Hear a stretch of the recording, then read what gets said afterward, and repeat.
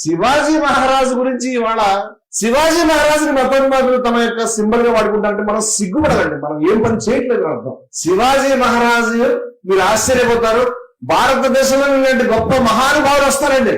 ఎందుకంటే శివాజీ మహారాజు తాతగారు పీర్ బాబా షా షరీఫ్ అనేటువంటి ఒక సూఫీ గురువు గారి యొక్క భక్తుడు. ఆయన నాకు పిల్లలు లేరు అని ఆయన ప్రార్థిస్తే ఆ గురువు గారి దయ వల్ల ఈయనకి 2 పిల్లలు పుట్టారు.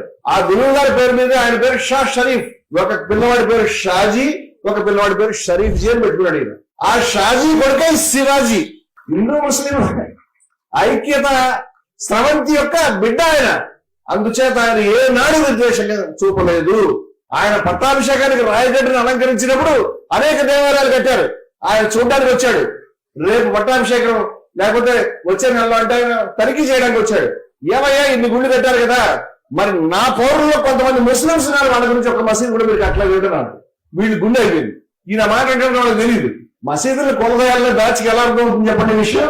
శివాజీ స్వయంగా తన ప్యాలెస్ ఎదుర్కొంటే మసీదు కట్టించుకున్నాడు. ఇటువంటి శివాజీ సైన్యంలో 60,000 మంది ముస్లింలు ఉండేవారు. ఒకళ్ళు కాదు, ఇద్దరు కాదు, 60,000 మంది. అంతేకాదు ఎదుర్కొంటే బహమనీ సుల్తాన్ ఉంటే ఆ బహమనీ సుల్తాన్ దండం పెట్టి మీ దగ్గర పనిచేయని పఠాన్లు అనేక మంది బ్యాచ్లు కింద శివాజీ గారి దగ్గర వచ్చి పనిచేస్తామనేవారు. ఎందుకంటే మీ విద్వేషం మాకు అక్కర్లే, ఆయన అందరినీ సమాన దృష్టితో చూస్తాడు అని. శివాజీ యొక్క ముఖ్యమైనటువంటి ఫిరంగులు నిర్వహించేటువంటి అధికారులు ముస్లింస్. ఆయన యొక్క నావికాదమైన వాళ్ళ శివాజీ పేరు మీద అక్కడ నేవీకి సంబంధించినటువంటిది అక్కడ ఆయన విగ్రహాన్ని బొంబాయిలో పెట్టారు.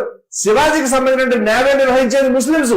ఆయన యొక్క అంగరక్షకులు ముస్లింస్ ఉన్నారు. చివరికి ఆయన ఔరంగజేబు కొలను తప్పించుకు పారిపోవడానికి ఆయనలాగా వేషం వేసుకుని ఆయనలాగా తన ప్రాణాన్ని కూడా రిస్క్ చేసినటువంటి ఒక మదర్ మెహతార్ అనేటువంటి వ్యక్తి ముస్లిం. ఇది భారతదేశం అంటే. ఇవాళ శివాజీ అంటే హిందూ, ఔరంగజేబు అంటే ముస్లిం. వీళ్ళిద్దరు కొట్టుకు వచ్చారండి. కానీ వాస్తవం అది కాదు. ఔరంగజేబు తరపున శివాజీ పట్టుకోవడానికి వచ్చినటువంటి రాజస్థాన్ సంబంధించినటువంటి రాజపుత్రుడు ఆయన హిందూ. అలాగే శివాజీ తరపున పోరాడినటువంటి అనేక మంది ముస్లింస్. అంచేత వాళ్ళు రాజులుగానే కొట్టుకున్నారు. కానీ ఔరంగజేబు మత ద్వేషాన్ని కనబరిచాడు. అంచేత సామ్రాజ్యం ఏదైతే అక్బర్ దగ్గర నుంచి ఒక అవిచ్ఛిన్నమైన పరంపరతో దాన్ని ఆయన బలహీనపరిచాడు. ఆయన సోదరుడు దారాషికో అధికారంలోకి వస్తే భారతదేశం వేరే పద్ధతిలో ఉండేది. దారాషికో అక్బర్ భారతీయ చిహ్నాలు అవుతారు కానీ వీళ్ళు కాదు. కానీ ఏదైతే శివాజీ ఉన్నాడో ఆయన హిందూ సామ్రాజ్యాన్ని స్థాపించలేదు. హిందువుల ముస్లింల సమిష్టి సామ్రాజ్యాన్ని, భారతీయ సామ్రాజ్యాన్ని స్థాపించాడు.